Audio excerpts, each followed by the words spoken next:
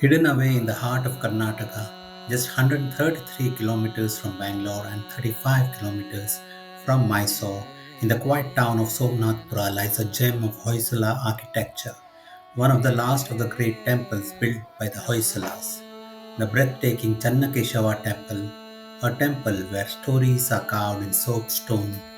Join us as we explore its history, its artistry, and the legacy of a dynasty that left behind one of the most spectacular temples of India, which is an enduring masterclass in sculpture and architecture, and of course, a UNESCO World Heritage Site.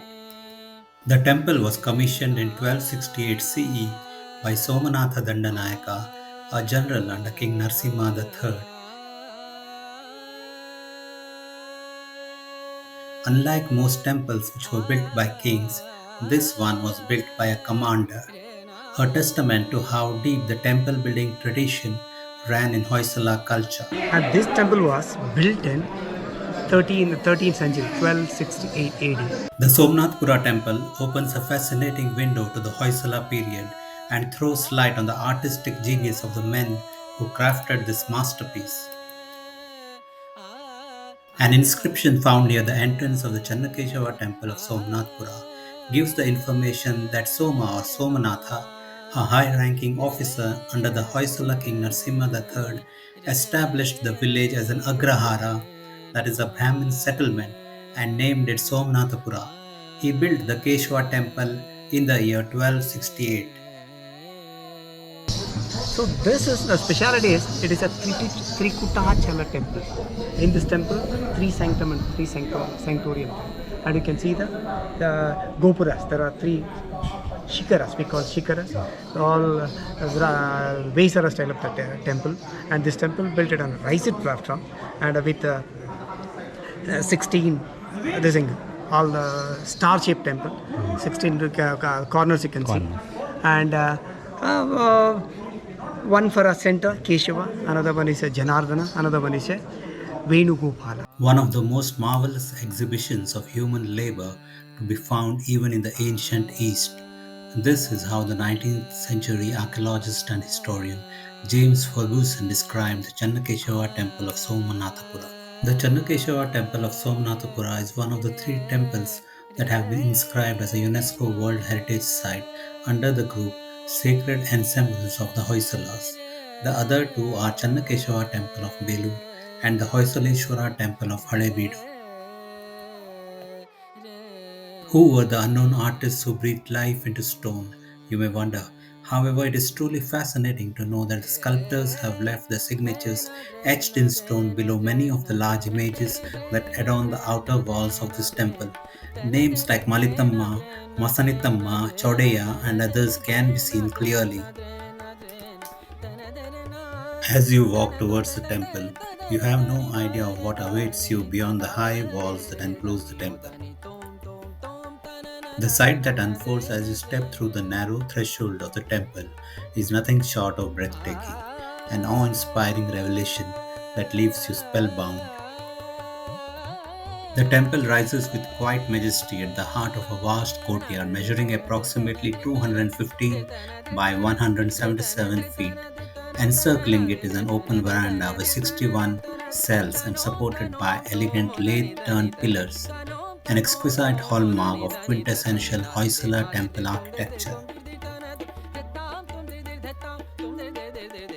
The Chennakeshava temple stands on a 3-foot high star-shaped platform known as Jagati, which follows the contours of the temple.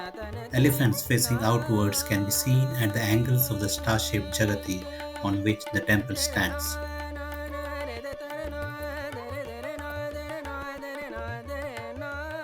The exquisite exterior walls of Chennakeshava temple showcase intricate carvings, mythological narratives, and sculptural brilliance that reflect the mastery of Hoysala temple art.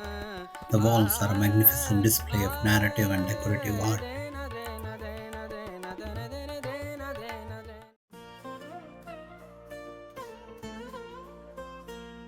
Elegantly arranged in horizontal friezes, sculpted bands encircle the temple's base, each tier narrating a distinct tale of profound significance. The bottom tier features rows of elephants symbolizing strength and stability. Above them are bands of horses with riders representing speed and valor. The next layer is filled with scenes from Hindu epics like the Ramayana, Mahabharata, and Bhagavata Purana. These are carved with remarkable detail and energy. Gods, goddesses, warriors, and mythological beings come alive in stone.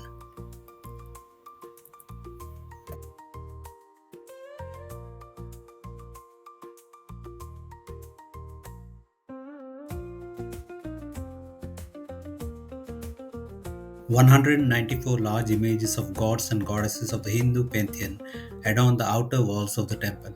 A majority of these depict Vishnu in various forms that include, among others, Narasimha, Varaha, and Venugopala.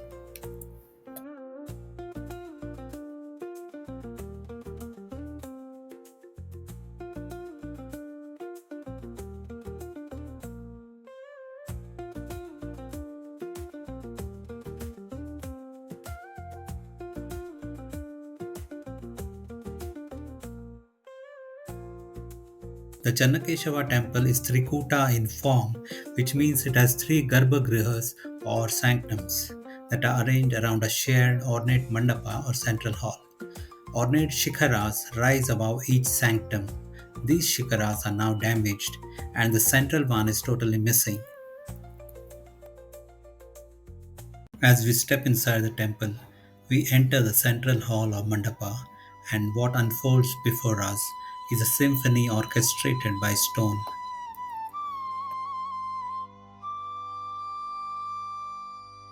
Supported by elegant late-turned pillars, this space is the spiritual and artistic heart of the temple.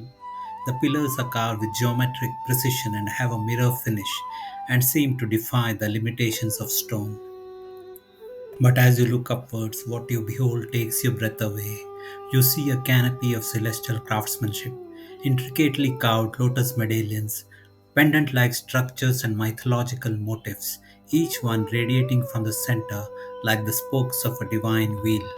These ornate ceilings are not mere decorations, they are visual mantras, inviting the gaze upwards, coaxing the spirit into contemplation.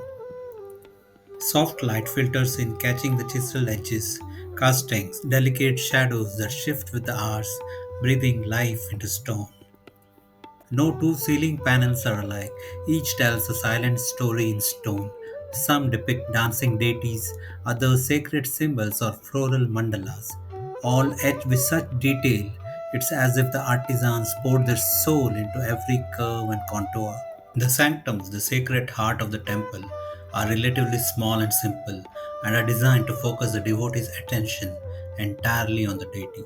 The three sanctums are dedicated to different forms of Vishnu, namely Venugopala, Janardhana, and Keshava. In the sanctum dedicated to Venugopala, the resplendent image of Krishna rises to a height of 4.5 feet, a vision of divine beauty and eternal youth.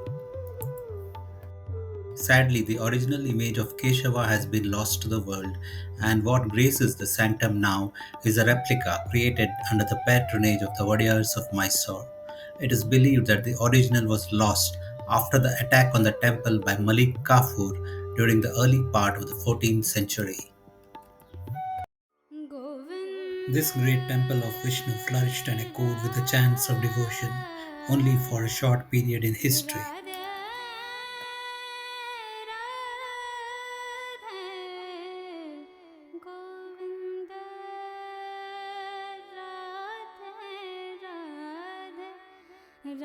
Dark clouds of doom and destruction loomed on the horizon. The temple bore the brunt of invading forces in quick succession, first those of Malik Kafur and later the forces of Muhammad bin Tughlaq.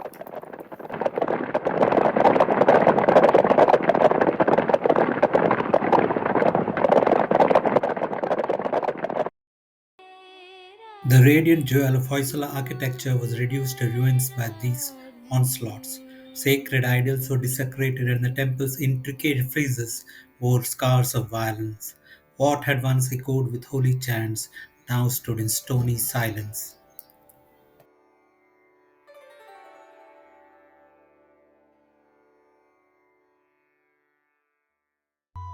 Though the temple was restored later by the Vijayanagara kings and then the Wadiyars of Mysore, it never regained its original grandeur. However, even today the temple's resilient stone walls still whisper stories of divine artistry and the ephemeral nature of power.